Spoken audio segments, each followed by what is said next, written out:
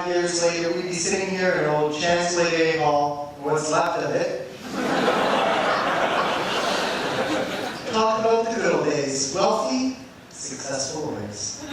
That's Quite right. It was awfully nice of the Dean to invite us to this alumni reunion. Thank you, man. Though the Dean probably wants to give us some dreadfully boring speech or whatnot. Quite right. Dreadfully boring. Dreadfully boring. But at least it will be bilingual. This way, we can ask both the French and the English lawyer for money. What do the students do with all this money anyway? Buy booze?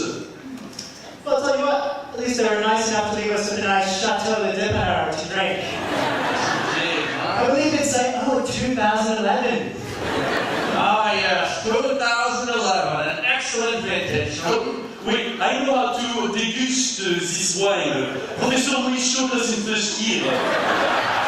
Instead of actually teaching us the droit civil américain, you need to suck it with air like this.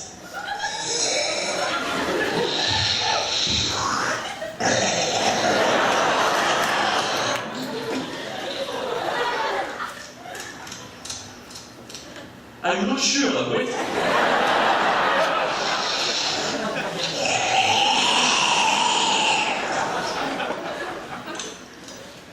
I would say belle amplitude en bouche, beaucoup de souplesse, avec des notes de frimure, de cassis et de tabac, and actually, you know, you shouldn't rely on my accent, I don't know shit about that.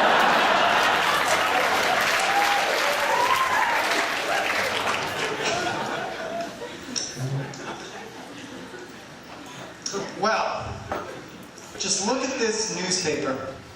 I've got to say, flipping through these pages, times have changed. Indeed they have. Whatever happened to the overheads? Do the students still read this shit without the overheads? At least put some Sudoku or something. I mean, I used to start this thing backwards as if it were some kind of Japanese manga. Indeed, and I must say, this quid nowadays, it seems to be awfully thin.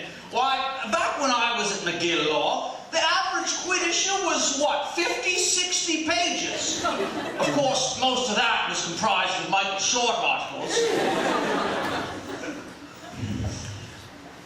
But that's not quite what I meant, what was it? You know, what I'm trying to say is that McGill Law, everything's changed. And not for the better. All these students, as I flip through these pages, all they seem to do is complain. Dreadful, isn't it? Did you see on page 4 how a student is complaining about this new software program they are using for exam? They don't appreciate how good they have it. Back in my days, all we had was Word Perfect, and that always crashed. Word Perfect. You're complaining about Word Perfect. In my day, young man, we did not have laptops. No, none of this iPad, iPhone, gunk going off in class. Nope. We had to use pens, we did. Pens. Pens, I had pens. You're trying to sell me on pens. Aye, pens. Back in my day, the pens always crashed. We used pencils. Ha! Pencils! Oh, the luxury! Oh, yes, we would have killed to have been allowed to use pencils. Why, we had to scavenge little bits and pieces of charcoal from the dean's fireplace to write our exam papers.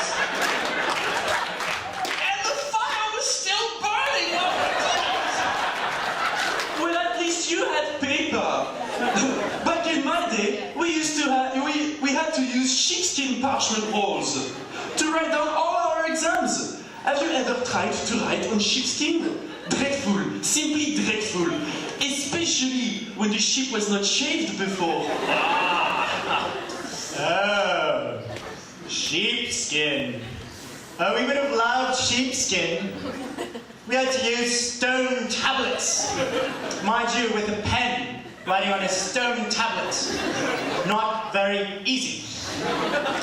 And I suppose they just handed you your stone tablets. Back in my day, we used to have to quarry the stone tablets ourselves. We used to have to haul them up Peel, and that's before Peel was a street. We had to get them approved by the SAO. Let me tell you, that wasn't easy. They were on strike every day from 10 in the morning until 3 o'clock in the afternoon. Sacre bleu. Quite right. And yet, students these days, they're always complaining. A bunch of nattering nabobs of negativism. What? Look over here on page 9. An article entitled, Why We Should Get Rid of the Bell Curve. Why, back in my day, the curve wasn't even a curve. It was a hunchback. And the hunchback was a C+. C+. Well, of course, we had it hard. Our bell curve was a C-. Times were tough, let me tell you. Our graduates were trying to compete with arts undergraduates for a stage at Starbucks. Bah, you were lucky. Why? C- would have gotten me a job as the Supreme Court. Back in my day, the only professor we had was Robert Leakey, and so the curve was a D-. I had to expatriate myself to France. And that was before it was cool. I had to learn this shitty accent.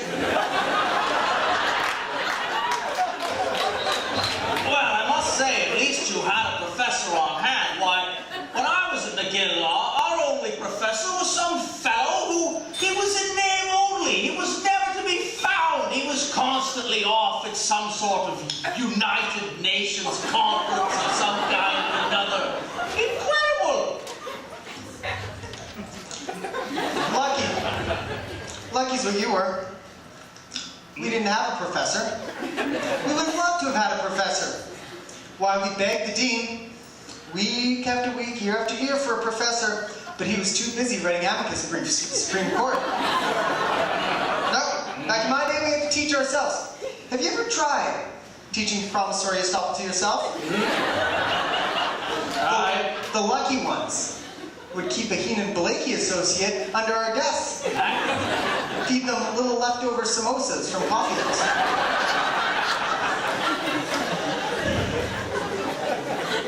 Well, at least in your time, it didn't take 3 months, 5 royal commissions and whatnot before the grades were finally released on Minerva.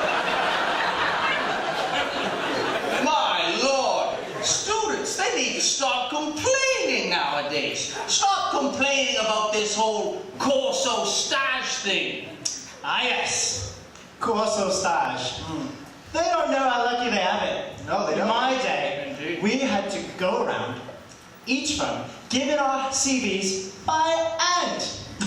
Luxury! I'll tell you what, you were the lucky ones.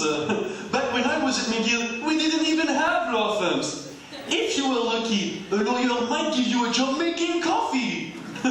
Why, we dreamed of talking about corporate culture and making partners during coffee house.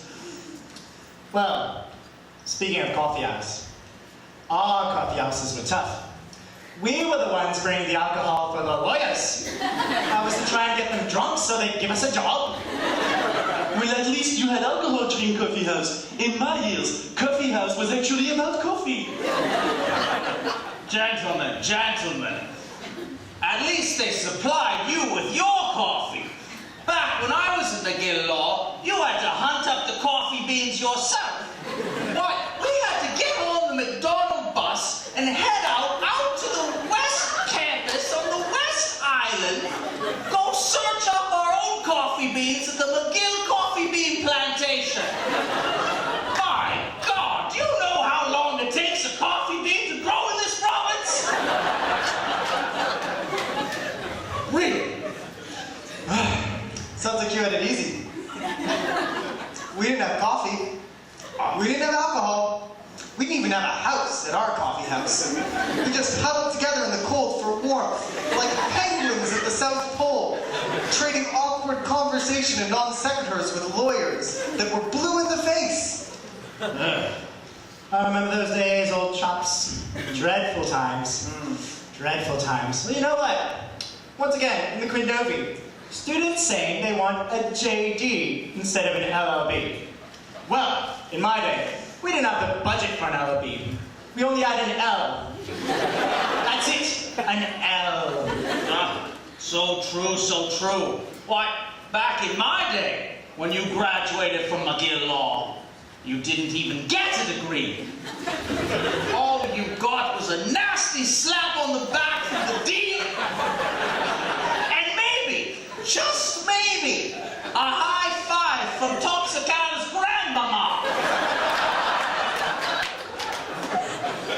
And later, when they did finally start granting the degree, what? They called it an LL Cool J. I tell you now, that was most confusing for potential employers. And speaking of the Greece, whatever happened to the national program? What is this silly attempt to try to integrate the civil law in the common law? Transystemia? I'll tell you what, back in my day, transystemia was the name of a bladder infection. And I know it well enough. It took me 5 years to get rid of mine. After a night at the butchery at Coffee House. By the way, say hi to your sister. Well, at least you had the national program. We had to choose between the civil law and the common law. That's making you choose between trying to figure out what a patrimony is and then trying to make the distinction between a fee tail and a fee simple. It just doesn't make sense.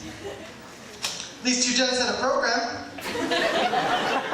Back in my day, we didn't even have the law. We didn't learn the law.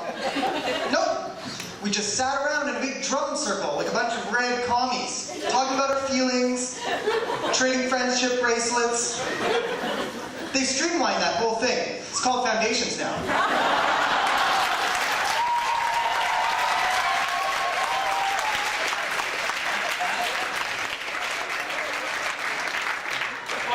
I'll tell you what, students nowadays, they need to stop complaining about what's going on in society.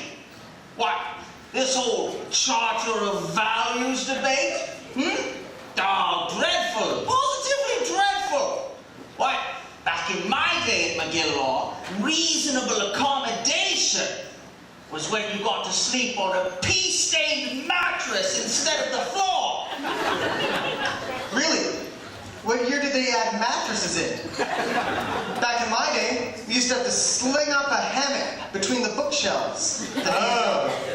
Oh, bookshelves. Right, we didn't have bookshelves. Mind you, we didn't have books either. Our library was overrun with snails. They were just eating all the books. We did have one book though, Legal Traditions of the World. Now, nobody in their right mind would go near that one. Speaking of books, did you see what some students wrote on page 14? They're complaining about their final exams. Too hard, they say. Well, in my day, you didn't even have open book exams. It was only open code. Open code, my God. I remember how jealous we were of those who could use open code exams. Why, we only had closed book exams. And they really were closed. The SAO glued all the bloody pages together. That's paradise. That sounds like paradise. Oh, Paradise. Oh yes, back in my day, we had to do our exams closed book in a dimly lit room with our income tax acts balanced on our head, blindfolded while singing Hallelujah. Well, you had it good. I remember when I was in school. Closed books with both the US and Canada tax codes on our heads, in ancient pig Latin, mind you, with our eyes closed while doing a handstand with our hands tied in our back. That was quite difficult. And if we fell down, the invigilator would whip us mercilessly until we would recite the entire civil code backwards. well, right then. You know, in my day, my friend, what? First of all, we had to take the blue line into the city every day. My God, you know that blue line, it breaks down every freak. It don't stop. That it does. And yet, now that was back before the blue line was even electrified. So we had to pull the cars behind us with a rope. Once we were in the central city, we had to walk 5 miles up Peel and then up over Mount Royal, hacking our way through the virgin forest with a blunt butter knife, and then down the mountain, through the reservoir, and that was back when it was still a lake, mind you, and then across the atrium, and then huddle in old Chancellor Day Hall, on the staircase, all 250 of us. That was, of course, back when the staircase in old Chancellor Day held people, while doing a handstand and juggling 3 copies of the Criminal Code, hardcover. Blindfolded? Ah, wouldn't have it any other way, laddie. I've got all you guys beat. Back in my day, what we had to do is several weeks before our exams, we would go out and we'd find the most innocent, imaginative, and unspoiled first-year art student. And we'd bring them on up to the SAO, and we'd sacrifice them in a dark ritual. What this would do was call forth the horrifying specter of Lord Denning, who would whisper into our ear the questions for our exam. We would then travel back in time, and we would write the exam in mid-March and grade it ourselves in April. Well, my lord, that certainly does take the cake, gentlemen. What? Try telling that to a 1L.